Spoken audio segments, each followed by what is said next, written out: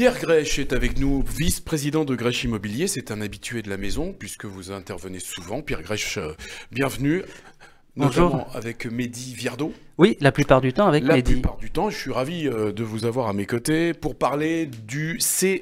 Alors, c'est pas la Commission économique européenne ou la Commission européenne économique. CEE, c'est le certificat d'économie d'énergie. Oui, Et vous tout à allez fait. nous expliquer effectivement ce qu'est. On va rentrer dans le détail et on va le rendre Oui. lisible Oui, pour nos amis d'Info 83 qui nous suivent et de plus en plus nombreux. Vous dites l'allié de la transition énergétique en copropriété. Alors, on va parler du CE, de ce certificat de la copropriété, donc des copropriétaires, oui. et ce que ça apporte aux copropriétaires et aux copropriétaires. Alors j'ai lu dans le dossier de presse que vous m'avez fait passer qu'il y a quand même 700 000, alors on parle de chiffres nationaux. Oui, je l'ai porté sur le national. C'est très pour, difficile d'avoir des chiffres en local, parce que bon, c'est soit Toulon, c'est soit TPM, c'est soit le Tout à Var. fait. Voilà. Oui, c'est compliqué de le circonscrire parce que l'objectif de l'utilisation du C2E, c'est de mettre en œuvre le plan pluriannuel de travaux qui est maintenant établi sur l'ensemble des copropriétés en France et d'aider à financer la transition énergétique des copropriétés. Donc il y a un enjeu national. Voilà, c'est compliqué de décorréler ça du notez-les territoire. ces chiffres, hein, il y a 10 millions de logements, 740 000 copropriétés. Oui. Alors ce que j'ai noté, 2 tiers des copropriétés ont été construites avant 1970, Oui. pas tout jeune. Oui, tout à fait. Ce qui rend justement compliqué l'accès aux travaux de transition énergétique parce qu'ils sont forcément coûteux, ils touchent forcément au structurel, ils obligent à repenser l'immeuble dans sa globalité. Donc Et ça fait partie des obstacles. Et on en déduit également qu'il y a beaucoup plus de maisons individuelles qui se construisent aussi. Oui, tout à fait. Ipso facto. Oui. Ce que j'ai noté aussi comme chiffre dans le chiffre que vous nous avez, dans le dossier de presse que vous nous avez envoyé, c'est que plus de 89% des copropriétés ont moins de 50 lots, Oui. 50 habitations, 50 copropriétaires, donc ce qui rend difficile Oui. le financement parce que ça a un coût et moins il y a de monde à contribuer, plus ça devient difficile. Exactement, ça pèse d'autant plus dans le budget des ménages, individuellement. Alors, on va parler donc de ce certificat d'économie d'énergie. Qu'est-ce que c'est, Pierre Grech, le certificat d'économie d'énergie? Alors, ce certificat d'économie d'énergie, donc pour le différencier de la CE, on utilise le terme de C2E. Il est très connu, très répandu dans le monde du tertiaire, pardon. Par contre, en copropriété, il est un peu moins utilisé. C'est pour ça que j'ai voulu le mettre en lumière. Alors, en quoi Il ça... est moins utilisé parce qu'on ne le connaît pas. Parce qu'on ne le connaît Donc, pas. on va et le connaître que, maintenant. effectivement, il peut être un petit peu compliqué à appréhender au départ. Et c'est la raison pour laquelle je conseille aux copropriétaires de se faire accompagner par leur syndic. Parce qu'il y a des spécialistes en la matière qui peuvent aider à monter un dossier en bonne et due forme.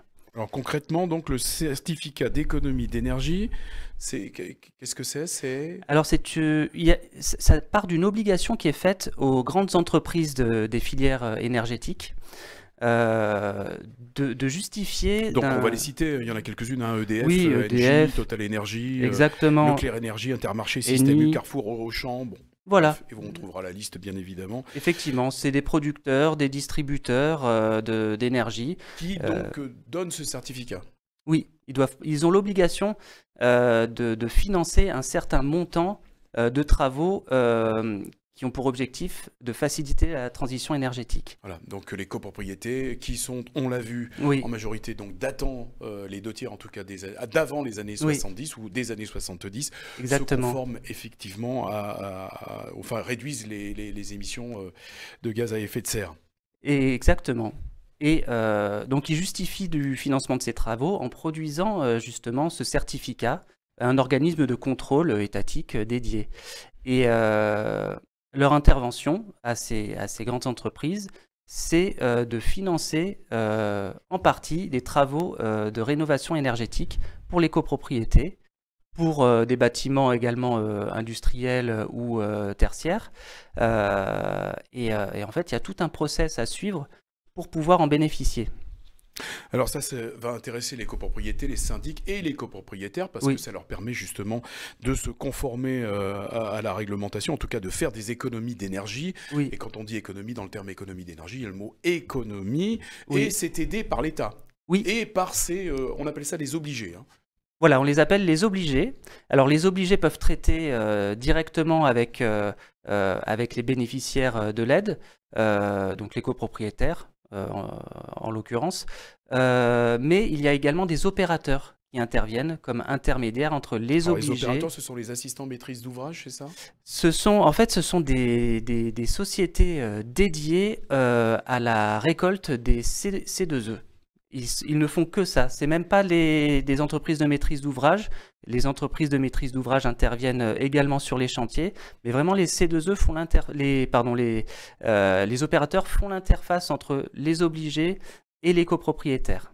Alors, quels travaux sont concernés justement par ce certificat d'économie d'énergie, par ce C2E? Eh bien, il va s'agir de l'isolation des murs, l'isolation des toitures ou des combles, l'isolation des planchers bas, l'installation d'une VMC, le remplacement des chaudières collectives, à titre d'exemple. Mais également, justement, on parlait de la maîtrise d'ouvrage. La maîtrise d'ouvrage est prise en charge à hauteur de 50%. D'accord, oui, il y a le côté financier qu'on va aborder. Alors, je veux faire un de ces travaux, ou tous ces travaux d'ailleurs. Ouais. Comment faire? Comment y prétendre? Je contacte qui? Le syndic? Je contacte un Oui. opérateur? Alors le mieux, la première chose à faire, c'est de contacter le syndic et de lui demander de se rapprocher d'un opérateur C2E. Est-ce Voilà. que les travaux doivent se faire pour l'ensemble de la copropriété, ou bien on peut être individuellement demandeur? C'est la copropriété. C'est la copropriété. Si on raisonne vraiment dans le cadre du plan pluriannuel, de la mise en œuvre du plan pluriannuel de travaux et de l'isolation et de la transition énergétique de la copropriété, il faut que ce soit le syndicat des copropriétaires. Et ce à plus forte raison que on peut, comment dire, on est obligé de passer par la case immeuble avant de faire comment dire, d'améliorer la performance énergétique du logement en individuel. Voilà, il faut pas découpler les deux. Donc la première chose, c'est de demander au syndic de se rapprocher d'un opérateur C2E. Ensuite, il y a la signature d'une convention C2E avant les travaux. C'est important. Ça, c'est très important. Pas de convention, pas d'aide. Oui. Et si la convention est signée après les travaux ou après engagement, signature des devis, c'est trop tard. Donc Oui, parce qu'on considère que la copropriété avait tout à fait les moyens de faire les travaux, donc oui, c'est pas la peine d'aider. Tout à fait. Donc c'est très important, c'est un petit peu un piège dans le processus. Signer la convention avant d'engager les travaux. Bon, après ça, les travaux sont réalisés, ils sont suivis. Il faut faire des devis, bien évidemment. Je Voilà. pense qu'on peut mettre plusieurs entreprises en concurrence. Le devis est Effectivement. validé. Les travaux sont faits, sont faits, sont réceptionnés. Alors, je pense qu'on va vous demander des acomptes. Donc, il y a des avances qui peuvent être versées dans le cadre de ce processus, de ce dispositif. Alors, effectivement, c'est un des points sensibles. C'est-à-dire que de base, le C2E ne prévoit pas d'avance de trésorerie, c'est-à-dire que c'est la copropriété qui avance la trésorerie. Mais c'est là qu'il est important de consulter plusieurs opérateurs. Il y a des opérateurs qui font cette avance de trésorerie, ce qui permet à la copropriété de préserver un petit peu justement son fonds de roulement. Alors, les montants de ces aides, Pierre Grech, alors, les conditions aussi pour obtenir ces aides. La copropriété, est-ce qu'il y a des budgets? Est-ce qu'il y a un montant maximum de travaux? Oui, alors ils sont rapportés en prix au mètre carré. Par exemple, sur l'isolation des murs, c'est 8 à 10 euros par mètre carré. Pour l'isolation de la toiture ou des combles, c'est 6 à 8 euros par mètre carré. Pour l'isolation du plancher bas, c'est 6 à 8 euros par mètre carré. Pour l'installation d'une VMC, c'est 80 à 150 euros par logement ou par lot, on va dire. Et le remplacement d'une chaudière collective, c'est de l'ordre de 150 à 250 euros par logement au sein de la copropriété. On peut parler en pourcentage, ça peut monter jusqu'à quel pourcentage d'aide par des travaux, par exemple, il y a 100 000 euros de travaux, ça peut monter jusqu'à 20, 30%, 40%, 50%? C'est une fourchette qui va entre 40 et 60%, donc c'est pas négligeable, d'autant plus... Aider, payé par les obligés. Par les obligés, voilà, c'est en circuit vraiment, c'est en circuit privé. Eux, ensuite se font rembourser par l'État, comment ça fonctionne? Non, pas du tout. Quel est l'intérêt pour eux? Ils ont des obligations. Ils ont une obligation, tout simplement, il n'y a aucun intérêt pour eux. Ils portent bien leur nom, c'est des obligés, ils sont obligés de le faire. Voilà, s'ils le font pas, bien fait pour eux. ils ont d'autres sanctions financières. Ils sont obligés de le faire. Et donc les autres 40%, si ça va jusqu'à 60%, à la charge bien évidemment des copropriétaires. À la charge des copropriétaires, mais qui peuvent bénéficier en plus de cela d'une aide au titre de MaPrimeRénov' ou se faire financer. C'est cumulable avec d'autres aides, c'est oui, ça? c'est cumulable, tout à fait, oui. Et bénéficier éventuellement d'un éco-PTZ collectif. Que nous l'avez pas donc dit avant. Oui. Si vous ne connaissiez pas donc le certificat d'économie d'énergie, oui. le C2E, rapprochez-vous de votre syndic de copropriété. Tout à fait. Voilà. Et j'insiste sur le fait que ça devient presque urgent de le faire, parce que, si vous voulez, j'avais écrit cet article le week-end dernier. Je vous raconte la petite histoire. J'écris cet article le week-end dernier. Lundi matin, je me réveille, je lis mon journal, je lis les Échos tous les matins. Lundi matin, Pierre. Oui, ça aide.